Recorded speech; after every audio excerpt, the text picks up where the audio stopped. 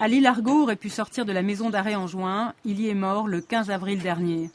Il avait été mis en examen pour trafic de stupéfiants, du cannabis, dans le Fiumorbo.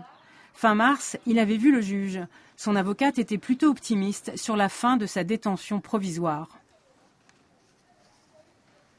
Nous devions, à compter de fin mai, poser, je dirais, une demande de mise en liberté.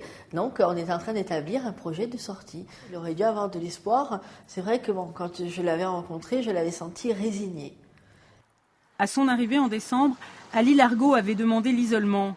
À l'écart des autres 220 prisonniers, c'est un petit couloir où 4 détenus, chacun sa cellule, sont sous la surveillance dédiée de 2 gardiens en permanence. C'est là que le suicide a eu lieu, alors que la fragilité psychologique d'Ali Largo est pour sa famille un fait connu. C'est une des questions qui tenaille ses sœurs. D'après ce que m'a dit l'avocat, sur sa fiche pénale, il y avait écrit qu'il y avait des tendances suicidaires.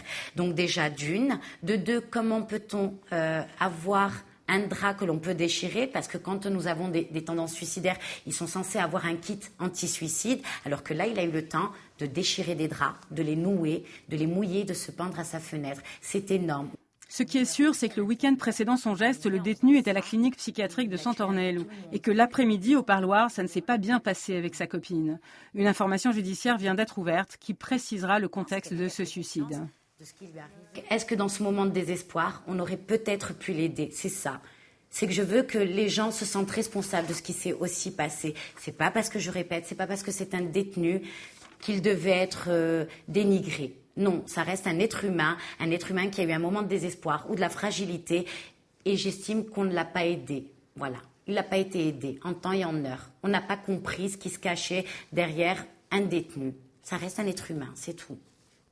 Défaut de surveillance, non-assistance à personne en danger, les sœurs Largo auront bientôt accès au dossier, elles ne le laisseront pas sans suite. Le taux de suicide carcéral est en France de 16 pour 10 000 détenus, 2 fois plus élevé que la moyenne européenne. Ni le parquet, ni la direction de la prison, ni les syndicats de surveillants n'ont accepté de nous recevoir.